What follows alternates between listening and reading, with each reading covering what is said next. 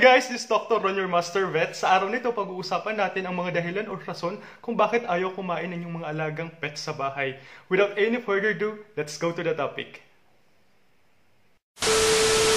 Ito ang mga dahilan kung bakit ayaw kumain ng inyong pet sa bahay. Una, kapag ito ay may sakit, your pet is sick. Katulad sa tao, hindi ito kakain kapag ito ay may nararamdamang masama sa katawan. Mas pinipili nito na matulog at magpahinga. Kung may sakit, maaring may lagnat ito. At kung may lagnat ito, it's an indication of infection maybe caused by bacteria or virus. Paano malalaman kung may lagnat ang isang pet? If you have a thermometer at home, you can use this one. You just need to insert this inside the anus to read the rectal temperature. In dog, the normal temp is 37.5 to 39.1, while in cat, 38 to 39.1. More than 39.5, it's an indication of fever.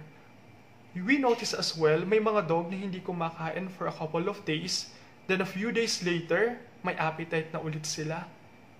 There's a possibility nagkaroon ng viral infection like flu. However, if your pet is not eating and you observe vomiting or diarrhea, or both, you need to contact your veterinarian immediately. So here are my tips kung ayaw kumain ng inyong pet sa bahay. So pwede natin itong gawin. So you can warm up the food in the microwave. So iinitin yung pagkain para makain. Number 2, you can pour chicken broth or fish broth on the top of the food to make it more appealing and appetizing. Number 3, you can pour warm water over the dry food para ito ay lumambot. And the last one, first feeding. So you can try hand feeding directly dun sa mouth ng dog para ito ay makakain. And you need to check as well yung oral cavity kasi baka may teeth problem or oral tumor. The second reason kung bakit ayaw kumain ng inyong pet is social and emotional issues. So sa mga newly weaned puppies or kittens na bagong kuha sa pet store or sa breeder, pagdating sa bahay, hindi kumakain.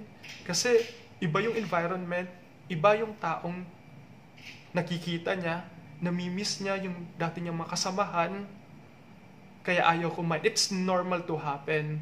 Or sa mga pets, like for example, you move to a new place, that's very life-changing sa pet.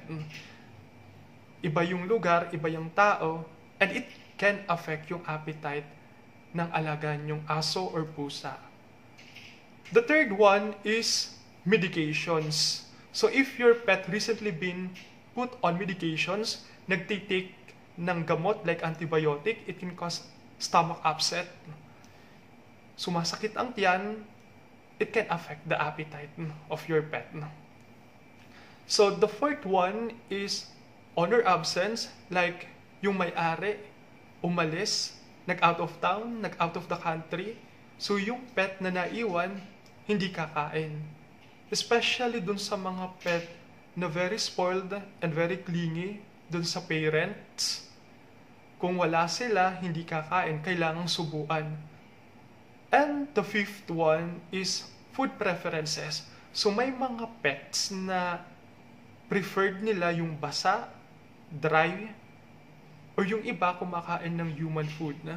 So kailangan malaman kung ano yung gustong kainin nila para hindi maapektuhan yung kanilang appetite. And the last one is time of the day. So some pets only eat during specific time of the day. May kumakain ng umaga, may kumakain ng gabi. Again, uulitin ko ang mga dahilan kung bakit ayaw kumain ng inyong pet.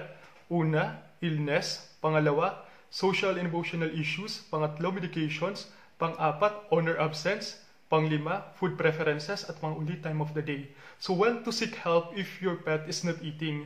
So when you notice any of the clinical signs like vomiting or diarrhea, so it might be the time to seek professional help.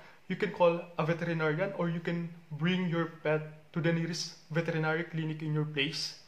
So that would be all for today. Hoping may napulutan kayong aral sa akin sa araw na ito. Thank you for watching and see you on my next vlog. This Dr. Ron, your master vet, signing off. Good day and God bless all. Bye!